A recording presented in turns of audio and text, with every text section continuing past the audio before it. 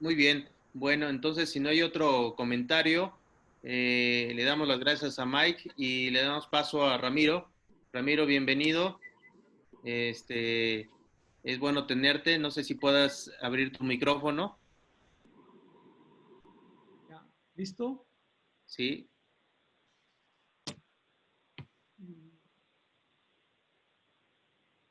¿Ya se ve?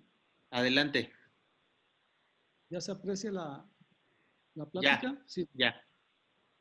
Buenas noches a todos, maestros algunos, pero amigos todos, ¿sí?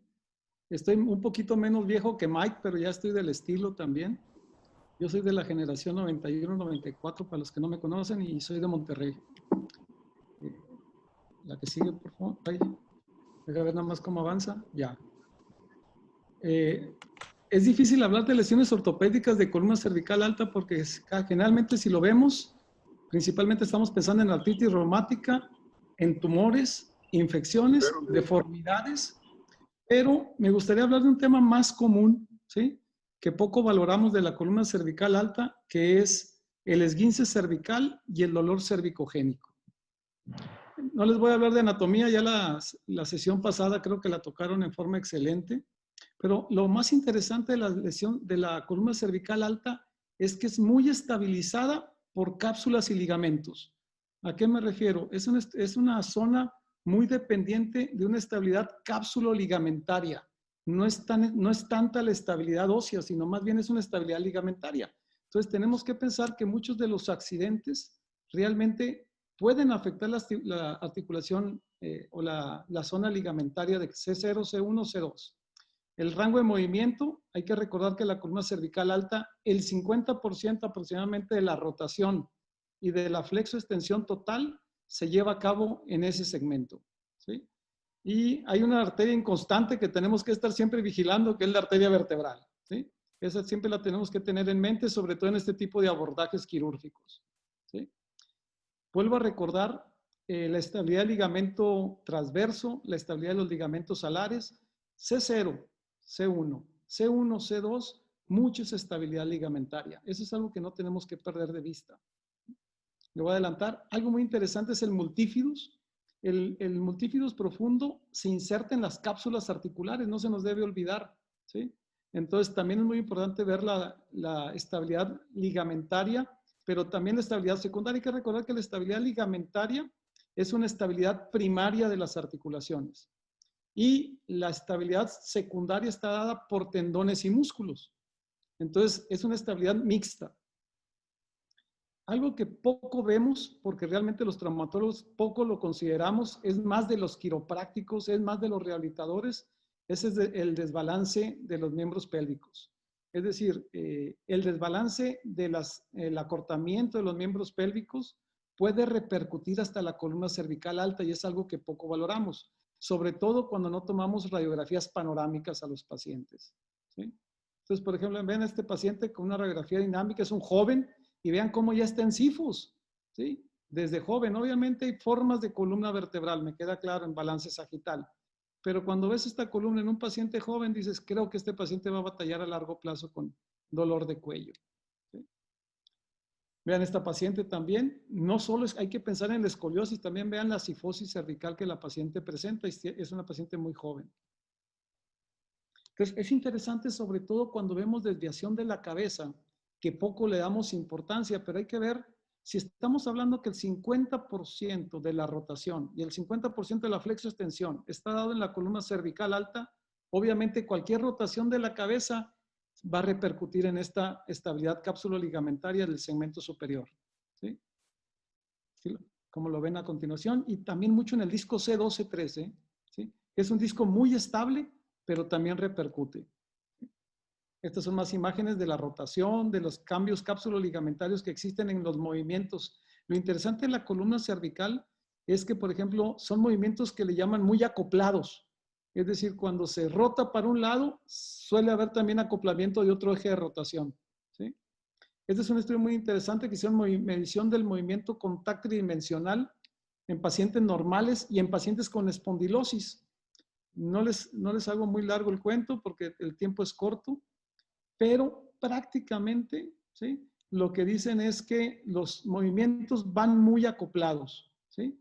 Y hay que tomar mucho en cuenta las alteraciones posturales, que es algo que si no tenemos una radiografía panorámica, difícilmente lo vemos en conjunto. Sí lo podemos ver separado, pero no en conjunto. Vean este paciente, por ejemplo, vean cómo en el 2014 llega con esta cifosis cervical, ¿sí? Hay que recordar que si el paciente está en cifosis cervical, muy probablemente va a tener una contractura muscular reactiva, tratando de sujetar una cabeza que se está cayendo, ¿sí? Entonces no se le va a quitar con relajantes musculares, ¿sí? Ese paciente necesita un buen programa de terapia física y un buen programa de fortalecimiento muscular. Después de un programa de terapia física, vean cómo no se corrige al 100, pero mejora, ¿sí? El paciente se va de alta y vean cómo llega en el 2019, otra vez con cifosis, es decir, dejó de hacer ejercicio. La desventaja del ejercicio, yo les digo a mis pacientes, es como dinero en la bolsa, ¿sí? A veces, si lo haces, no te das cuenta cuando de repente lo pierdes, ¿sí? Es decir, haces ejercicio y no notas la diferencia inmediatamente después de hacer ejercicio. Lo dejas de hacer y aunque mejoraste, lo dejas de hacer, no vas a repercutir en las primeras semanas que dejaste de hacer ejercicio, sino hasta después. Entonces, el paciente no ve una relación directa del ejercicio con dolor, como lo ve con el ketorolaco y el diclofenaco, que ve una relación directa dolor-beneficio. El ejercicio no lo ven así, por eso los pacientes no le dan mucha importancia, ¿sí? De la artritis reumática, le voy a acelerar, ¿sí? Pero prácticamente si hablamos de enfermedades reumáticas en columna, las que más afectan son la artritis reumática y la espondilitis anquilosante. Pero la artritis reumática es más de columna cervical y la espondilitis anquilosante principalmente es de columnas dorso-lumbar y sacroiliaca, pero obviamente no excluye una a la otra. La prevalencia de la afectación es de aproximadamente 25 al 80% y lo más interesante de la artritis reumática, en columna cervical se puede presentar de tres maneras principalmente. Una inestabilidad atlantoaxial, una inestabilidad sublaxial o una invaginación basilar. Son las tres formas principales en las cuales una artritis reumática puede llegar a afectar a la columna cervical. ¿Sí? Generalmente la presentación principalmente es dolor de cuello. Algunos pueden presentar mielopatía, algunos pueden presentar radiculopatía o cuadros mixtos. ¿Sí? Obviamente la inestabilidad C1, C2 ya la manejaron la sesión pasada. La invaginación basilar, hay varias formas de medición, pero prácticamente es simplemente radiografías principalmente y obviamente TAC. Hay varios métodos de medición, no voy a hablar de ellos, pero lo más interesante es dependiendo la forma de presentación, obviamente es el tratamiento. Puede ser un tratamiento focal o puede ser un tratamiento global, como es una fusión occipito-cervical. Y el objetivo es mejorar un dolor intratable, obviamente evitar o mejorar un déficit neurológico que el paciente llegue a presentar y obviamente que eso repercuta en una mejor calidad de vida. Por ejemplo, esta paciente femenina es doctora, 44 años de edad, síntomas principalmente cervicalgia y parestesias, ¿sí? Ya de algún tiempo de evolución, ¿sí? Vean la invaginación basilar que presenta, vean las masas sobre C2, ¿sí? No es una invaginación basilar muy severa, ¿sí? Entonces la resonancia no tiene una compresión medular, ¿sí? Y se le hizo una fusión occipito-cervical, ¿sí? Fíjese que tumores malignos de esa zona no he tenido, pero me gustaría hablar muy breve, ¿sí? Obviamente, principalmente vienen de pulmón y de cáncer de pulmón y cáncer nasofaringio. El tratamiento es muy controversial, pero la gran mayoría de ellos, el 66%, son anterior y posterior. Y la sobrevida, que es algo que me interesa que vean, prácticamente el tiempo promedio de vida es 1 año y medio en los pacientes que presentan una metástasis en columna cervical alta. Pero si la expectativa de vida es mayor a 6 meses, se recomienda un tratamiento quirúrgico a pesar de ser una cirugía relativamente de alto riesgo. Obviamente eso en conjunto con la terapia, ¿sí?, adyuvante de un carcinoma. Y les voy a hablar de algo bien sencillo que vemos todos los días y que menospreciamos mucho, que es el esguince cervical. Pues dije, vamos a, como dijo Mike, vamos a hablar de casos raros. Yo les digo, pues déjenles hablo de lo más común, porque ya la vez pasada manejaron mucho los casos de fracturas, y es el esguince cervical. que la gran mayoría de los libros lo manejan como una lesión ligamentaria, pero yo le agregué lo de cápsulo, porque yo creo que las facetas tienen que ver mucho en el esguince cervical. Obviamente, para que la incidencia es 4 de cada 1000 habitantes. Tiene un gran problema, sobre todo en Estados Unidos, aunque algo en México, de reclamaciones legales, ¿sí? Y vean lo interesante, del 14 al 32% pueden presentar síntomas crónicos después de un esguince cervical. Obviamente la fisiopatología es la aceleración inicial acompañada de una hiperextensión cervical, seguida de una desaceleración, lo que ustedes manejan mejor que yo, sobre todo en trauma, ¿sí? Y si el paciente tiene rotación de cuello, todavía empeora aún más la lesión, ¿sí?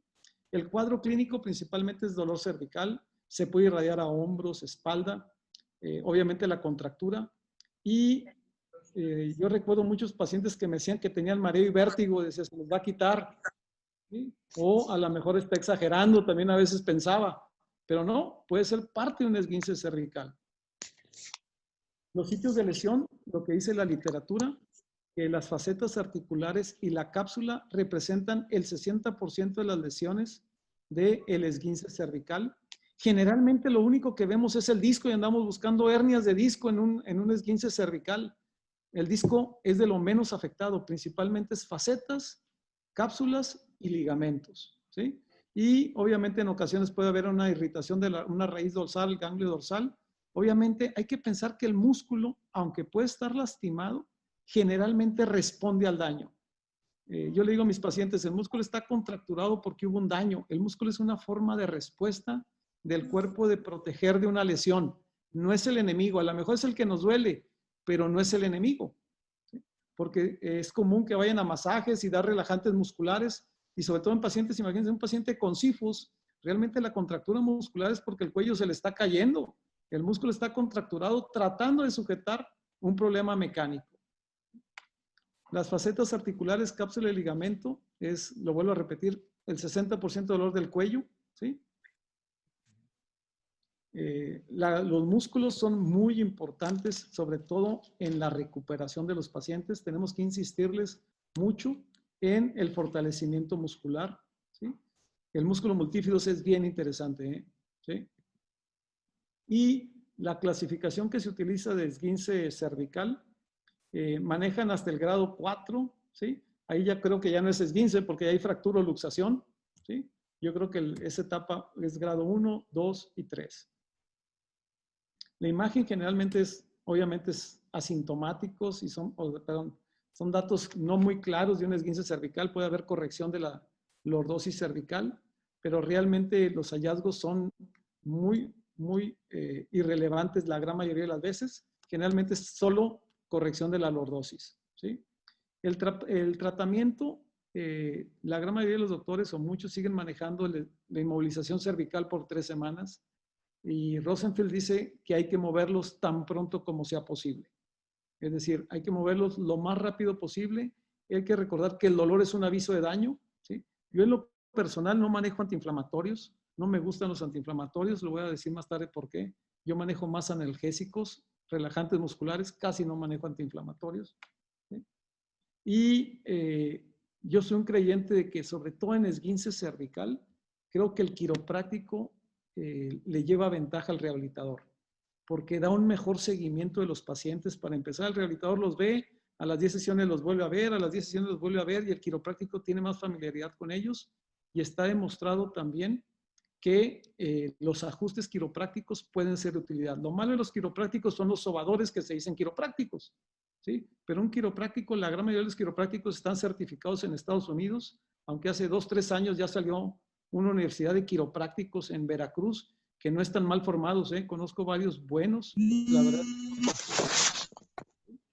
Y en etapa crónica, obviamente lo más importante es la rehabilitación, el fortalecimiento muscular, y ahí es donde ya pueden entrar los bloqueos, las infiltraciones terapéuticas o diagnósticas, pero principalmente terapéuticas, y donde ya tiene mucho intervención la radiofrecuencia o la crioablación.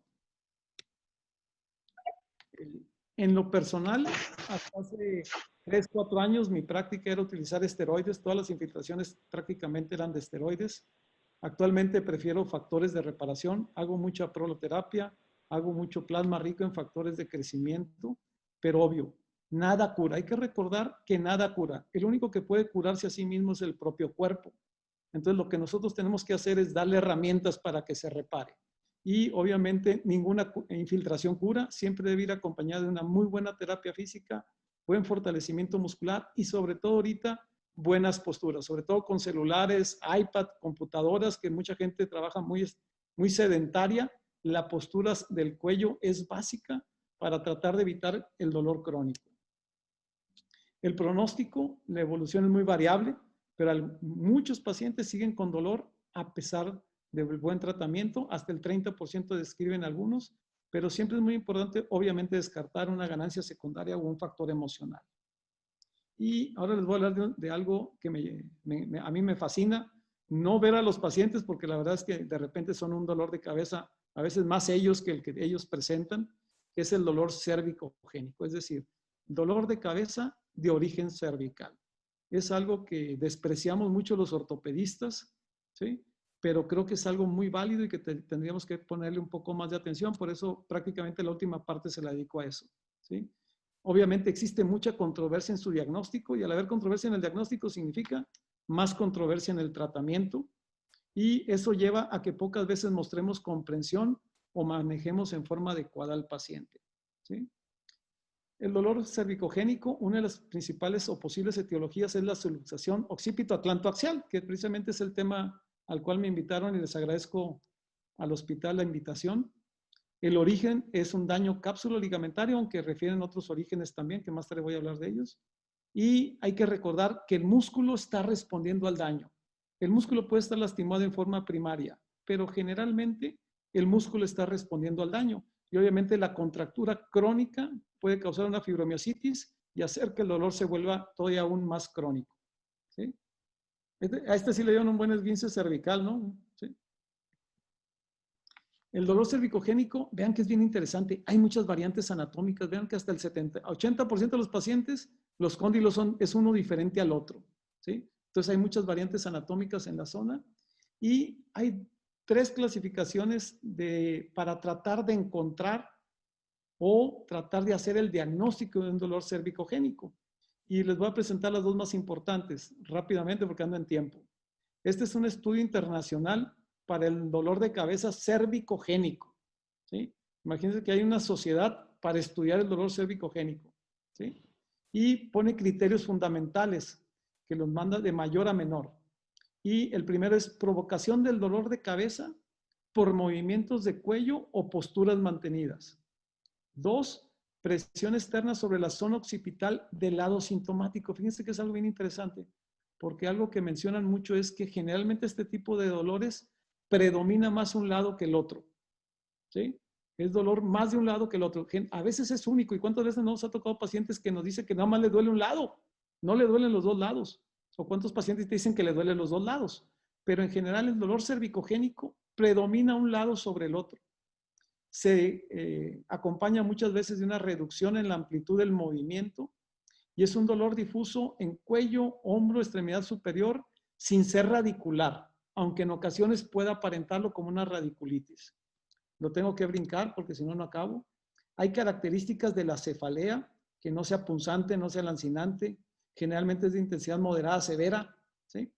Y los estadios puede ser un dolor remitente episódico, pero puede ser a muy prolongado y muy fluctuante, ¿sí? Y otras características no relevantes, ¿sí? Obviamente que no remite al tratamiento habitual de una migraña, ¿sí? El sexo femenino por la laxitud capsular y la laxitud ligamentaria. Y vean cómo hay características incluso de muy poca relevancia, pero vean estos datos. Náusea y vómito, fotofobia, fonofobia, marea, visión borrosa, dificultad para tragar, edema ipsilateral y en zona periocular. ¿Cuántas veces no hemos visto estos pacientes, sobre todo mujeres, ¿sí? Y decimos, no, hombre, no le hagas caso, está loca, ¿sí? O, no, hombre, está exagerando, ¿sí? No, tristemente, muchos de estos pacientes realmente tienen un dolor cervicogénico que está mal valorado por nosotros. Y hay otra tabla que son los criterios de Robert Meng. Él es una de las personas más nombradas en este tipo de dolores cervicogénicos y se me hizo un poco más sencillo que el otro, ¿sí? Vean características de las cefaleas de origen cervical. Cefalea unilateral, sin cambio de lado, aunque se puede hacer bilateral. Y el dolor es una topografía muy segmentaria, generalmente siguiendo el nervio, el trayecto del nervio C1, C2 y C2, C3.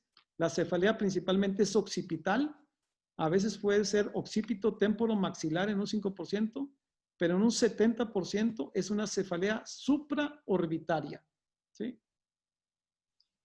Le voy a adelantar, si no, no acabo, ¿sí? Pero en general, más adelante les voy a hablar, y vean la diferencia. Esta es una tabla interesante que habla del diagnóstico diferencial, porque hay que hacer un diagnóstico diferencial, obviamente, de la cefalea cervicogénica. Y el principal diagnóstico diferencial es con la migraña, ¿sí?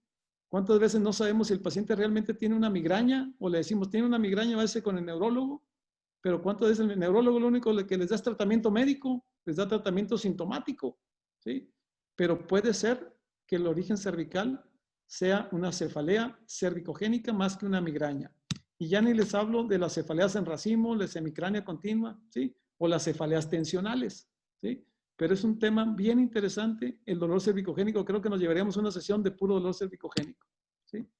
Hipótesis de por qué se origina el dolor cervicogénico, yo creo que mucho tiene que ver el simpático, ¿eh? El esguince cervical, el microtrauma repetido, muchas veces tiene afectación del simpático. Por eso varios de los síntomas que presentan estos pacientes son del sistema simpático. Algunos hablan que puede ser alteraciones de la arteria vertebral, de las raíces superiores. Puede ser disco, obviamente el disco, pero como el disco es lo más fácil de ver en la resonancia, siempre nos vamos con la finta de que es el disco la causa del dolor. Pero hay que recordar, en esguince cervical el 60% son cápsulas y ligamentos, ¿sí? Interesante los diagnósticos. Si me dicen, hay muchas vertientes acerca del diagnóstico, hay mucha controversia acerca del diagnóstico, pero casi todos confluyen en que la imagen no es básica, pero generalmente es corrección o afectación de la lordosis cervical. Es muy importante ver si la movilidad del cuello está limitada y se asocia con el dolor de cabeza y que sea unilateral. Esos tres son los parámetros un poco más importantes para valorar el diagnóstico de una cefalea cervicogénica, ¿sí? El dolor, el que tenga dolor de cabeza no necesariamente es cervical y puede no asociarse a un trauma. El tratamiento siempre, ya voy a acabar, siempre es importante iniciar con tratamiento conservador, obviamente, sintomático con analgésicos, a mí no me gustan los antiinflamatorios no esteroideos, y la movilidad es de acuerdo a tolerancia y siempre, siempre, siempre ejercicios. Obviamente los mando a rehabilitación en forma inicial. Importante la higiene de la columna cervical, es decir, buenas posturas, básico. Donde estoy, hay un aparato que se llama MCU, ese les mide el movimiento desde la primera sesión y obviamente le da seguimiento a través del tiempo para ver si el paciente ya recobró la movilidad del cuello y aparte sirve de fortalecimiento muscular. Y este es un estudio bien interesante que habla de la manipulación, es decir, del tratamiento quiropráctico versus solo la terapia física. Es un estudio randomizado, multicéntrico, ¿sí? Fueron 110 pacientes, le voy a dar rápido. Manipularon a los pacientes o solo les dieron terapia física. Así fue de tan sencillo el tratamiento, ¿sí? Y la conclusión fue que las manipulaciones de la columna cervical y algo, la torácica también se van hasta T3 a veces, ¿sí? Dio mejor resultado e incluso la mejoría se mantenía a los 3 meses del estudio, ¿sí? Lo interesante nada más es quiropráctico no sobador, ¿sí?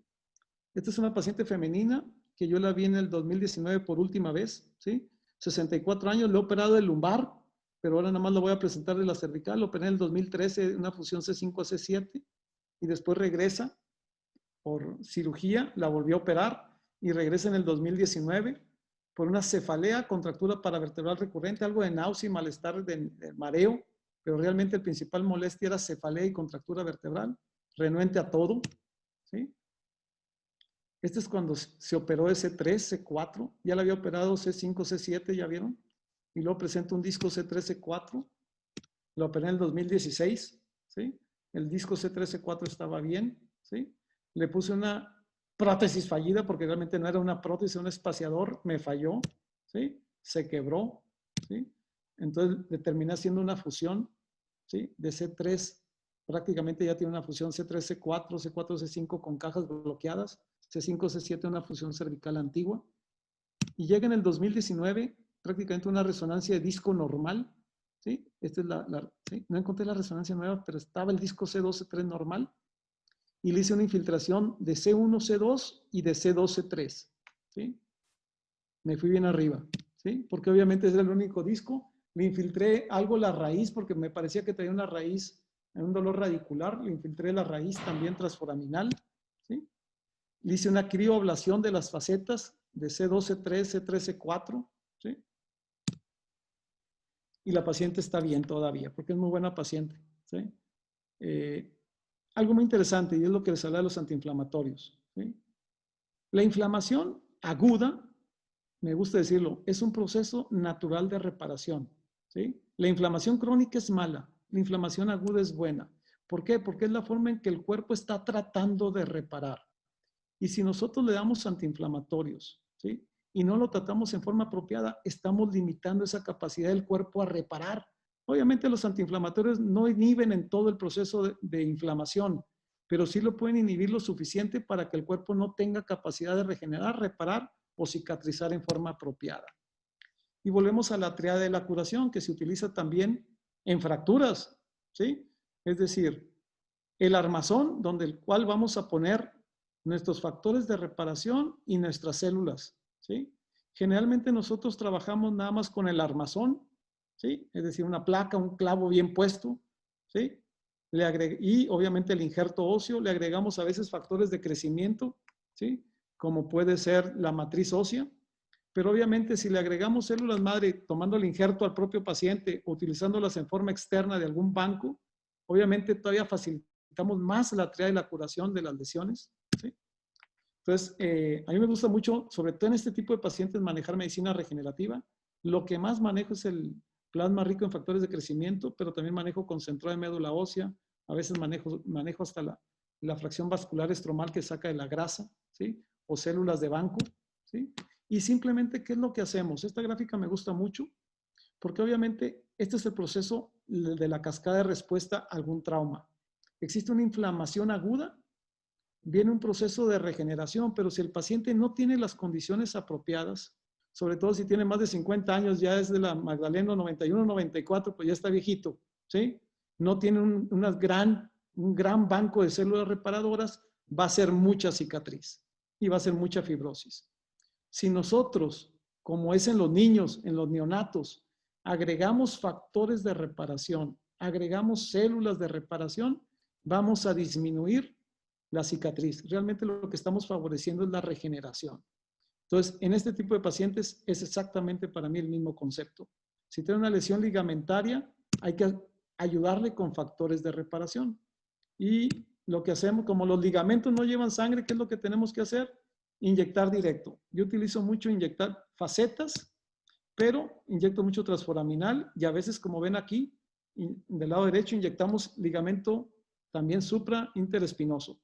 No solo es inyectar cápsulas, facetas, también hay que inyectar los ligamentos. Inyecto mucho las inserciones en el cráneo también, inyecto mucho las inserciones de cráneo, del multífidos, de toda la zona. Hay que inyectar todas las zonas de inserción de los músculos para tratar de obtener el mejor resultado. Obviamente no todos los pacientes mejoran, este tipo de tratamiento no es para todo, pero en pacientes con dolor cervicogénico a mí me parece que es la mejor opción que le podemos ofrecer a los pacientes, ¿sí? Les agradezco mucho su atención y muchas gracias a todos. Gracias por la invitación. ¿Sí? Chato, doctora Frida, Edgar, muy amables. Cabrera, gracias. Gracias, Ramiro.